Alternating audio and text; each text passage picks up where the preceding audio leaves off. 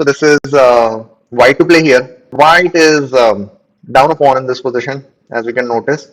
But there are quite a few things about white's position that I like. One is that white has the double bishop advantage.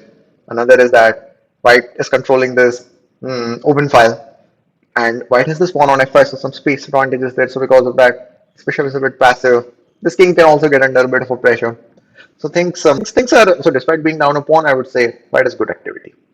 Now, whenever you see a rook on an open file, please try to do it from now onwards. Whenever you notice a rook on an open file, always ask yourself the question, can I get it on the seventh rank?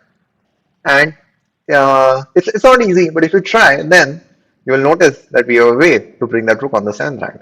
It starts with queen g3. What's the idea behind queen g3? We are threatening, so since the g pawn will be pinned, so we are threatening bishop takes f6. So this but okay, black can move the king. What's the connection between the seventh rank? The connection is queen on g3 is also keeping an eye on the queen side. So we can play bishop c7. We can remove the queen from d8. And that's how we get our rook on the seventh rank. And already we had active pieces. We had some pressure on the king side. And with the rook on the seventh rank, this is too much for black. Black can play knight b6, just try to get some activity. No problem. This rook on f1. So now it's coming to f4. It is planning to go to rook g4 next to put pressure on here. Opponent can play h5, stopping this, no problem. Now, which piece of ours is not doing much? This bishop. Bishop d1. This is under pressure. We can have some ideas with bishop h5, bishop h5, queen g7 type of ideas. If somehow they deal with it, we can even slowly go for something like this. And this is just too much pressure for black to handle.